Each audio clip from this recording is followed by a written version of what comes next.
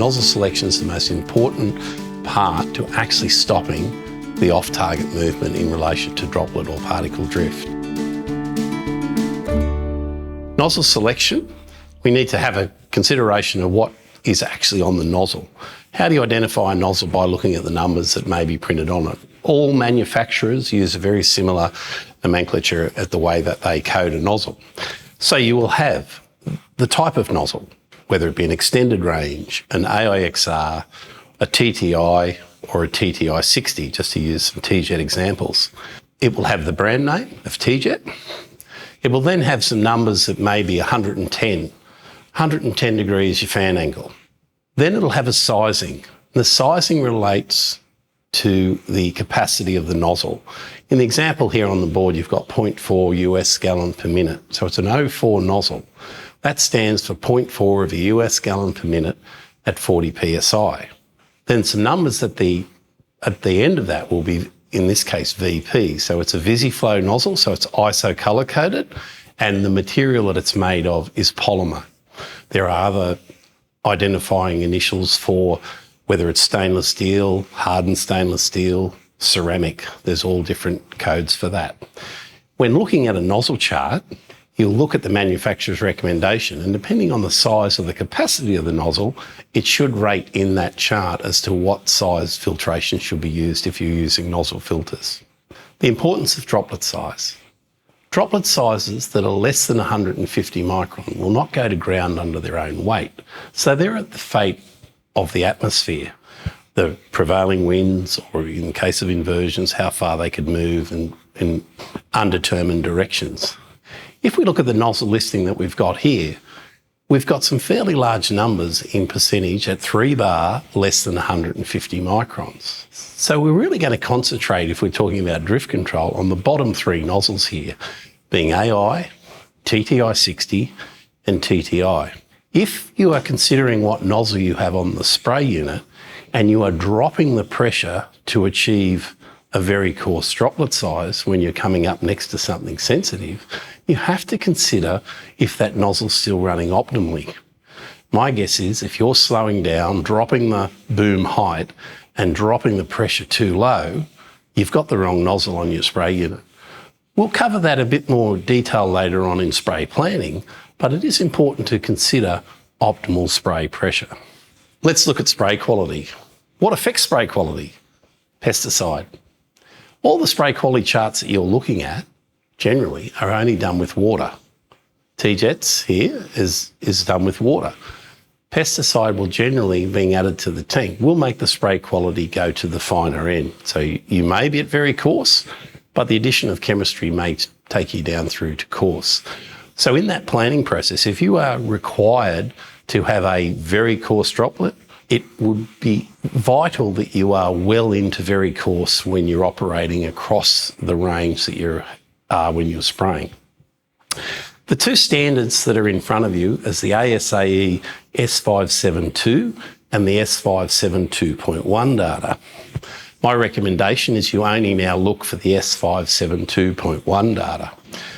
If you have a look at the AIXR 02 nozzle here, on the S572, it was rated as coarse to 5 bar.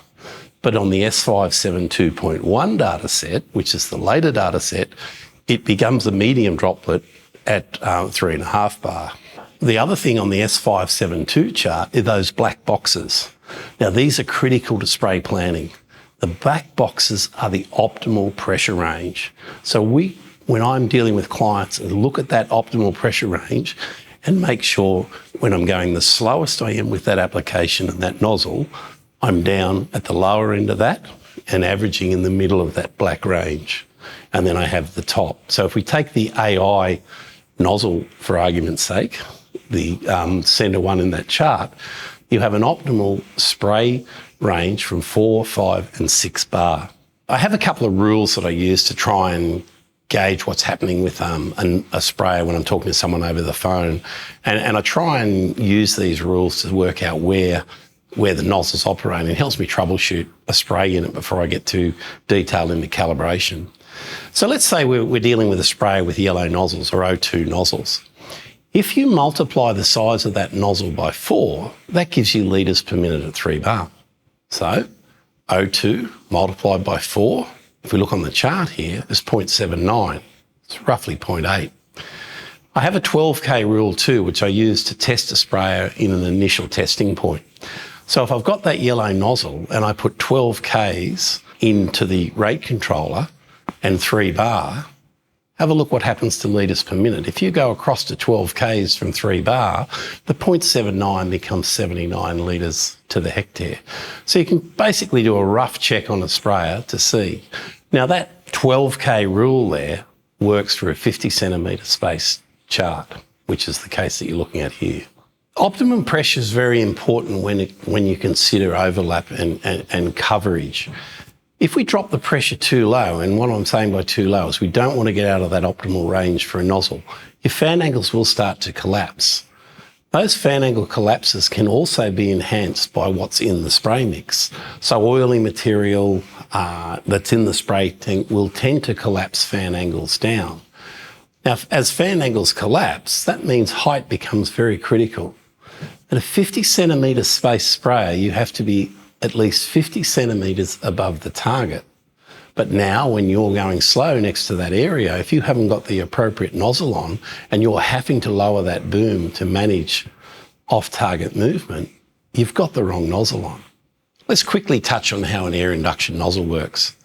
You have an inlet hole, a mixing venturi, and the exit hole is larger than it would be on an equivalent size nozzle that's not air inducted. So we'll make the rules fairly simple here. If we were considering an O2 air induction nozzle, the exit hole is effectively an O4, right? Now to double the flow in a nozzle, it takes a 4-fold increase in pressure to double the flow from a given nozzle. So if you were at 3 bar at 0.8, you would have to go to 12 bar to get 1.6 litres per minute out of a yellow nozzle. Now, if we do that to a nozzle, we have an inlet hole that is the O2 and an exit hole that's O4. That means we're getting a similar effect on pressure drop through the nozzle. So if we were going in at 4 bar pressure, our exit pressure is equivalent to 1. And it's one of the reasons why air induction jets are so effective at helping with coverage. Yes, we might have bigger droplets, but those bigger droplets are probably going a little bit slower, so more likely to target and stick to a hard to wet plant surface.